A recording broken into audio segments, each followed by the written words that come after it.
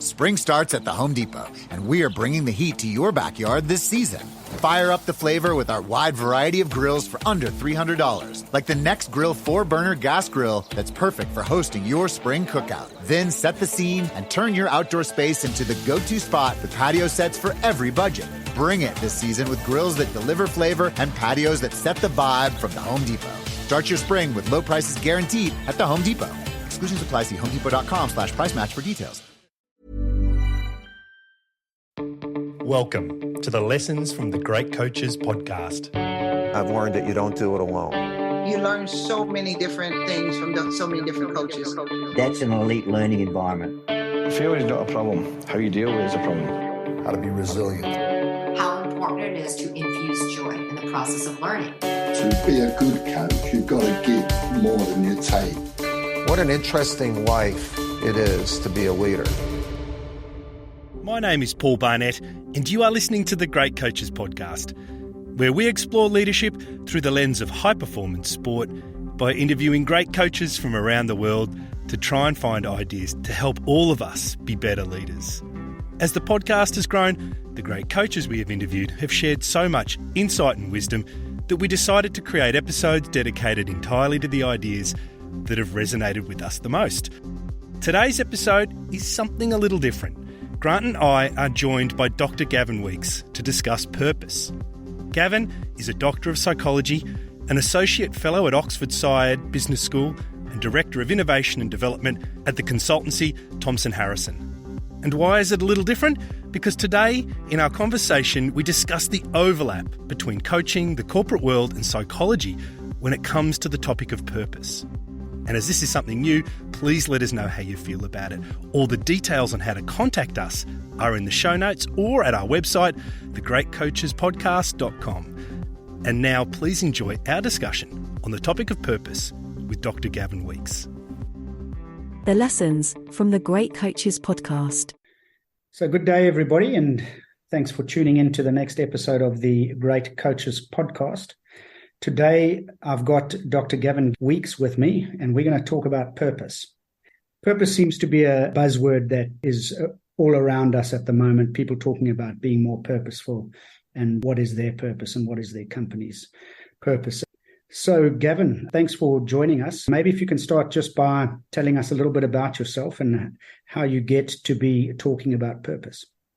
In my life and my experience, actually looking back, having a sense of purpose, or indeed being purposeful, and we'll talk about the difference between those things, has been important for a long time. So it being the Great Coaches podcast, it probably makes sense to say that part of my growing up was done in sport. I was an athlete, I was a rower. I competed at national, university, and then international level up to about the age of 25.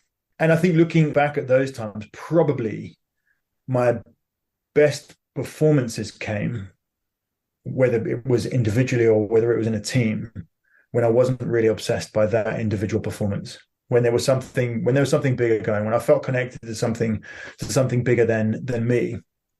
Then I trained as a psychologist. I took the clinical training option, and actually, from early on in my clinical career, whilst people were coming and dealing with psychological or emotional challenges, I was always attracted to therapies that were about really orienting people to what really matters to them, in spite of the struggles that they're experiencing. And I could see that doing that, when I did that well, didn't necessarily always do it well, but doing it well was connecting people to resources that they have to change already, the ability that's within them to make changes in life that really mean something to them. I then spent some of my career working in sports with athletes. And again, the work that I liked doing most was really helping athletes to think about how they want to be as an athlete, how they want to play the game, how they want to be in training, how they want to be as a teammate or a leader of the team, which for me was really about the purpose of doing it beyond simply getting results or winning medals. And kind of taking up to the current moment in my work, I work as part of an organization called Thompson Harrison. And we do work around leadership and culture and organizational development. But one of the things I'm doing a lot of at the moment is helping leadership teams to think about, what does it mean to bring purpose to life? What does it mean to really think about the impact that we want to have as a team or as an organization, and what changes might that lead to? What new agendas might be on the table? So that sort of takes us up to the present moment, Grant. Thanks, Gavin. This thing about connecting people to resources that are already within themselves really resonates. And we did an episode on underdogs recently, and this concept of accessing resources within people and getting outstanding results came through quite strongly. So maybe tell us, what is purpose? I guess if we look back at the history of philosophy and the history of religion, we'd see that people have been grappling with what does it mean to have purpose for millennia. But my way of thinking about purpose is, what are we really here to do? Whether that's me as an individual, us as a team, or the bigger us as a whole organization. That often leads to statements or descriptions, connects to what should our strategy be? What's the impact that we're trying to have in the world? That's work that lots of organizations are doing, both in academia. So Colin Mayer at Oxford is particularly well known for talking about purpose in business. The Patagonia, or former CEO, Yves Chouinard, if I pronounce his name right, the man that turned his organization over to the earth, made the earth the only shareholder of Patagonia. That's really from defining what is this organization here to do? What's the impact that we're trying to have? And I think for many, many reasons that can be really, really important. It can be galvanizing. It can bring teams together, and it can really focus people on the impact they're trying to have in the world.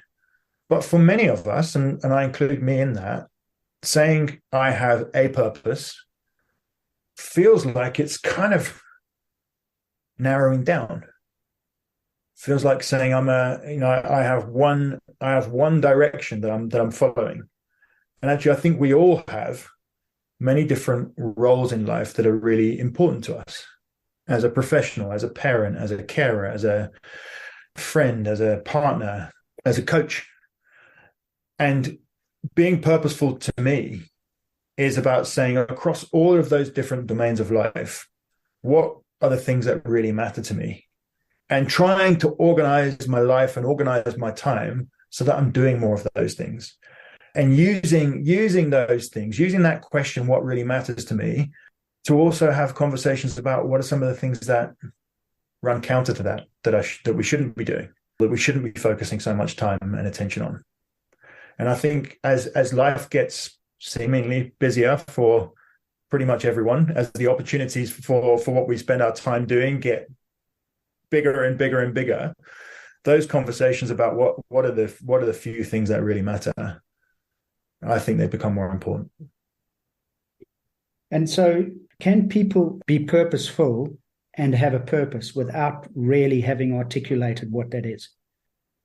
I would argue, yes. I think the doing and the kind of considering what we spend our time doing and what we connect to is probably more important than turning that into a kind of pithy statement of intent. Those statements, I think, are really important when you want to give organizations permission to really think about what they do. But if you look at some of the research on purpose in life outside of organizations, there's a lovely book called Life on Purpose, which is written by a Michigan professor called Vic Stretcher.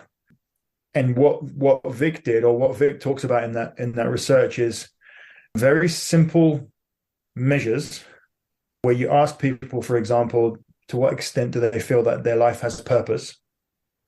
You could do that on a scale of 1 to 5, and demonstrates that small shifts on those kind of scales have quite important outcomes. They relate to improved mental health, improved physical health, improved sense of connection to other people, better sleep, even things like a reduction in causes of mortality. So basically a lower chance of dying of things. And the lovely thing about that research is it shows that it's a sense of purpose that influences those outcomes and not the other way around. So it's not that people who happen to be healthier have a sense of purpose. And if you ask those people, where do they get a sense of purpose from, the kind of people in those research projects, they might talk about their job, they might talk about their community, they might talk about their sports organizations that they're part of, their families, their religious groups that they're members of. They wouldn't necessarily be able to say, my purpose is to solve world peace. Paul, I wonder, this notion of connecting people to the resources that are within them. I'm sure this is a theme on which some of the great coaches have spoken to you about. Now, Grant, this concept of purpose does come up quite a bit, and it comes up in relation to some of the things that Gavin just talked about, finding the things that matter and then using this to focus you. And then in turn, how this focus goes on to influence your outcomes, both as an individual and for the team itself. And I think this quote from Danny Carey, who led the English women's hockey team to the Olympic gold medal, best summarises this idea. And essentially, there's a real guided process led by the psychologists, and I'm privy and very fortunate to be involved in this, both doing it myself and also listening to the other athletes' stories in this process. But there's a real guided process around the athletes exploring their life histories, reflecting on what have been the really most satisfying and enjoyable aspects of their lives, what are the things they look fondly back on, equally the things that they found challenging in their lives. And in doing that, trying to understand what they bring from the past to the present and why they act and behave the way they do. And we start to sort of unearth a self-insight in our athletes and connect them perhaps with the things that they love about what they do, to allow them to have a greater sense of perspective about what they do and why they do it. And at its core, then understanding, why do you do what you do? And what would you want to have as sitting behind the purpose for what you want to do? That process goes on in a really over a number of sort of extended interviews, conversations, conversation is a better word. And that gets sort of boiled down and assimilated. And once the athlete feels very happy and content, they've really got to a place where they feel they understand their why, they are then sort of guided to present that to all of us, so that all of the other athletes and all of their staff. So it becomes a sort of a greater level of mutual understanding between the athletes and the staff. And that creates a greater level of mutual support because we tend to know where people have come from, what they enjoy about their life, what they're seeking from what they do, and what they want from others in that process, and what they need from others in that process. So in this current zeitgeist around purpose and purpose statements, employees and members of organizations find themselves in an organization which has a purpose statement. And how does that relate then to this personal purpose, and whose purpose prevails, and how do those two things coexist in that environment? So some of the organizations that we've been working with, I think have done really powerful things, because they've done a piece of work that perhaps talks to people at different levels of the organization, or we've been asked to do similar work, and results in some statement or some paragraph that really describes what's this organization for, and yet it can end up with a really tight statement, improving people's lives, helping people make connections. But then it's given over to people, given over to different groups at the level of level of countries or functions within the organization, to say, okay, if this really is our purpose, if this really is what this organization is here to do, how do we bring it to life in our own work? What should we do differently? What should we change? What should we think about not doing? What are we paying too much attention to that doesn't really serve our purpose? And then beneath that, creating opportunities for people to think about, well, what really gives me a sense of purpose in my own work?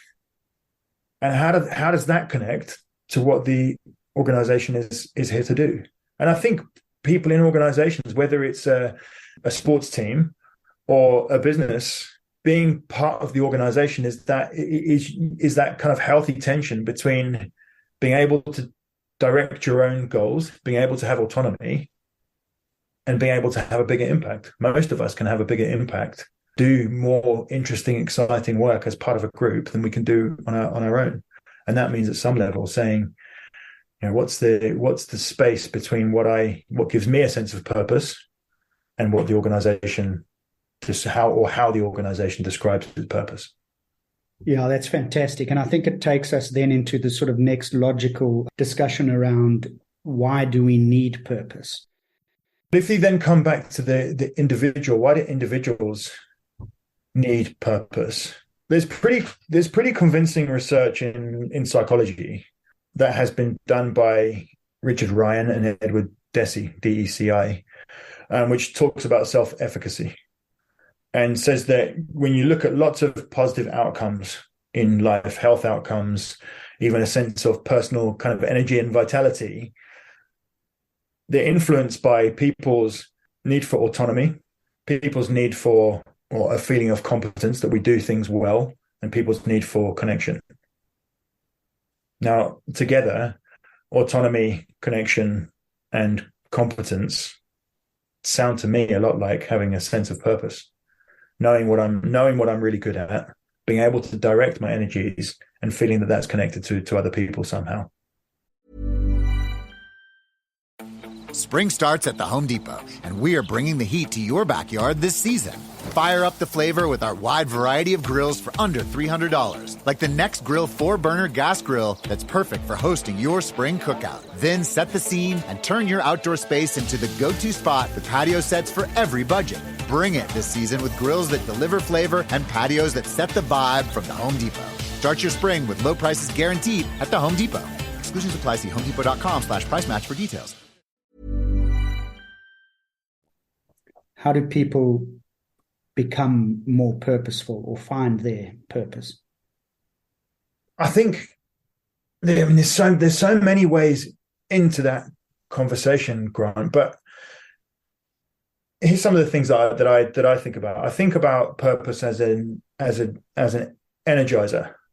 When we're doing purposeful work, or when we're doing things that are connected to a sense of purpose, we often would describe ourselves as feeling energized. That can come from connection. It can come from a sense of excitement. It can come from those feelings of mastery and flow that people talk about, particularly in the athletic context. So one of the ways into a conversation about purpose is to really think about what's really energizing to us. When do we really feel, as an individual or as a team, that we're coming to life?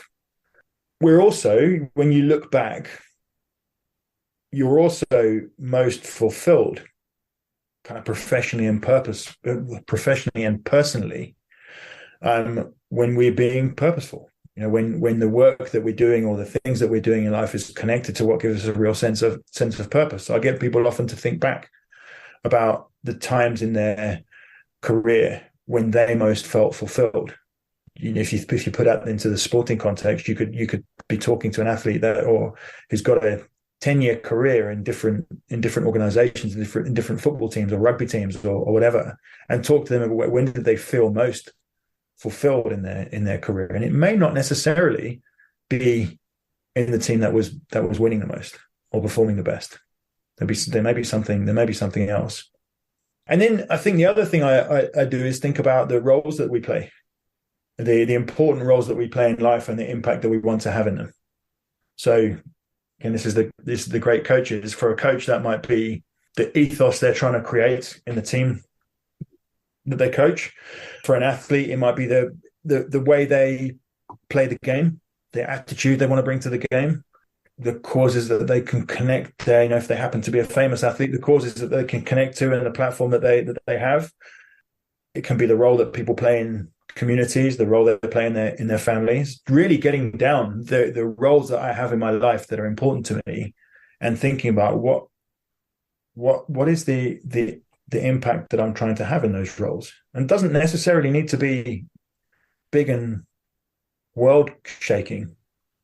It can be the impact that I'm trying to have as a father is to teach my kids to be kind and to work hard.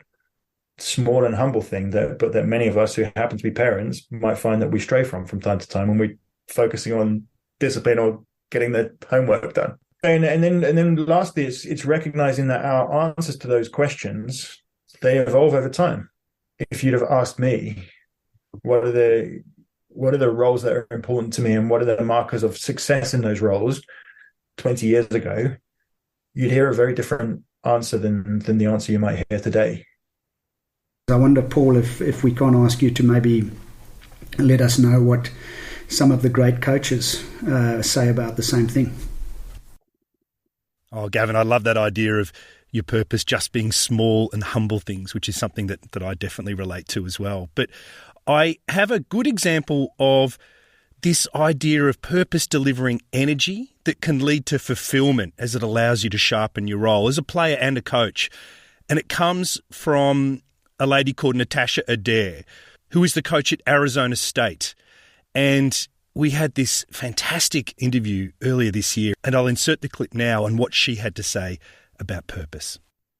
I'm a player's coach. I want our players, because it's not just my job and our staff's job to coach them on the basketball court. We're going to coach them for life. And I can't coach them to their why if I don't know who they are, if I don't know why they're doing this, and if I don't know about their family or what's important to them. And so I ask those questions in recruiting. I ask those questions when they get here. I constantly ask, why? What is your commitment to this game? What is your commitment? Why are you doing this? And you hear so many things over the years. I'm doing it for my family. I'm doing it for my mom. I'm doing it for my family's name. I'm doing it because I want to take care of my family. I'm doing it for the love of the game. I'm doing it, coach, because I'm enough. I was told growing up that I wasn't going to be or I couldn't do. And I'm doing it to prove people wrong. So you have a team of 15 scholarship student athletes. All 15 of them, each person, they're playing this game for a different reason. And if I'm only going in with my standards and my expectations, I'm going to miss. And everyone, you and I, everyone wants to be heard. They want to feel needed and they want to feel appreciated and valued. And for me, it works. When they know I'm coaching them to their why, they say, wow, coach heard me. She's listening. I matter. And it doesn't mean I lose sight of our foundation. I lose sight of the culture or the standards in which we will play with. But if they know that they matter, you know how hard they're going to fight for their team and their sisters. And when everyone knows each other's why collectively, they're going to help. They're going to push. They're going to encourage. They're going to motivate. And so I have found that when you empower your student athletes, when you empower your assistants, when you empower your support staff, all the people around you, and you know what makes them tick, and you feed it, then they'll run through a wall for you because they know it's authentic, they know it's intentional, and it just makes them feel important. So we've sort of charted a course through the conversation to what is purpose, why do we need it, how do we get it? And I guess to sort of wrap it up, how does purpose relate to results and performance? And I'd love you to mention Nottingham Forest when you talk about how purpose relates to performance. So that's my football team that I've spent the last 30-something years feeling slightly disappointed by, but never really been able to disconnect from. But it's actually a lovely example of how creating a real sense of purpose and linking that to connection can or seems to be part of the elements that create great performance. So Forest were languishing at the bottom of the championship, so the league below the Premier League in the UK. And as happens in that situation, the manager got sacked and a new manager got brought in, a man called Steve Cooper. And Steve Cooper had to, of course, do what managers often do, bring in some new players.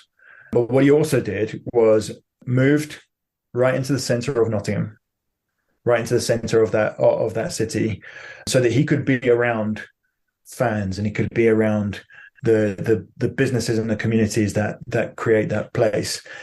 And he connected the team to the stories of the past. So 40 years ago, they were the champions of Europe.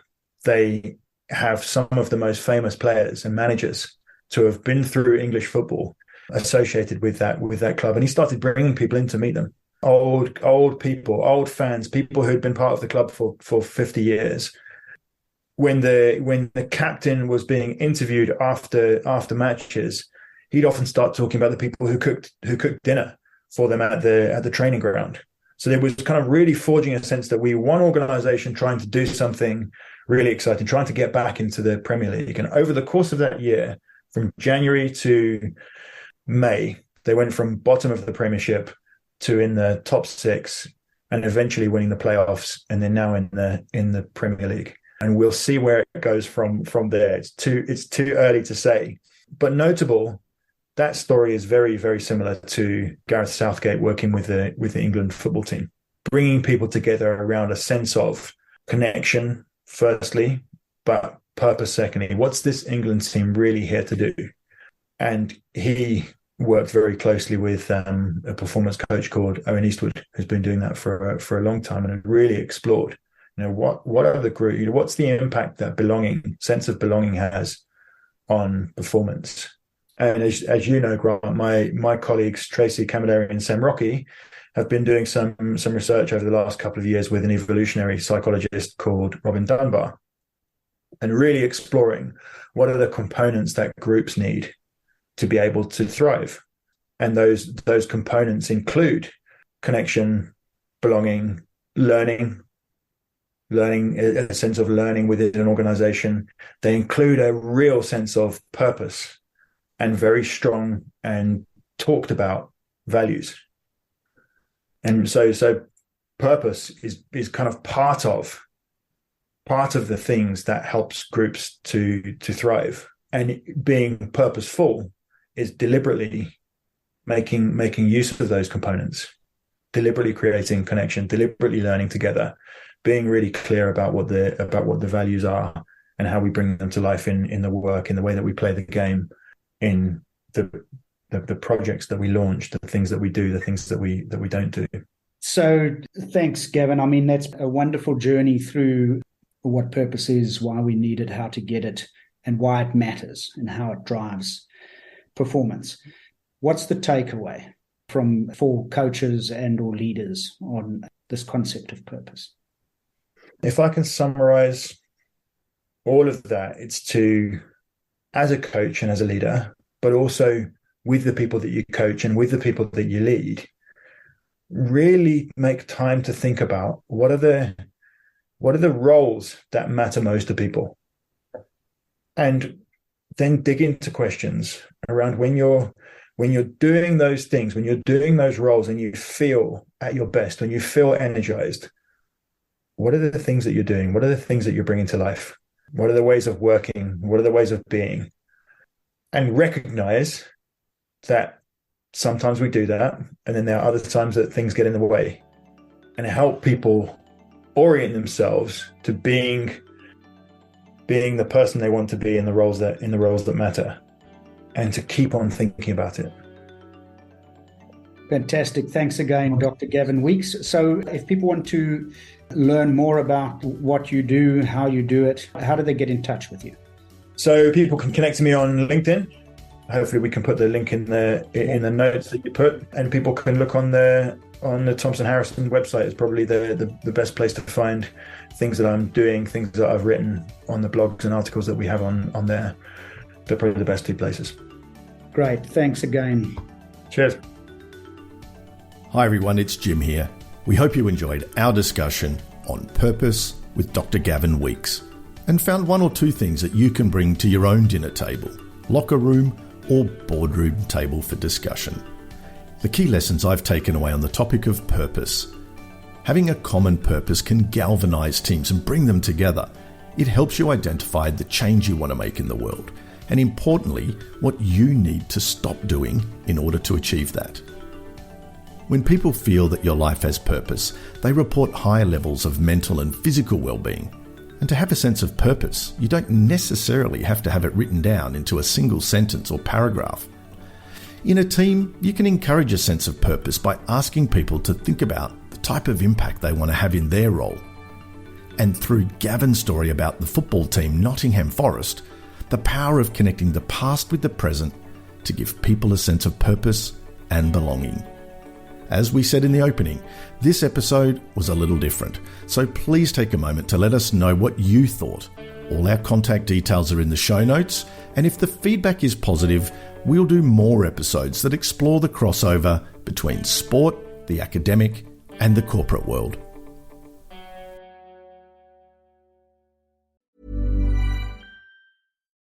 Spring starts at the Home Depot, and we are bringing the heat to your backyard this season.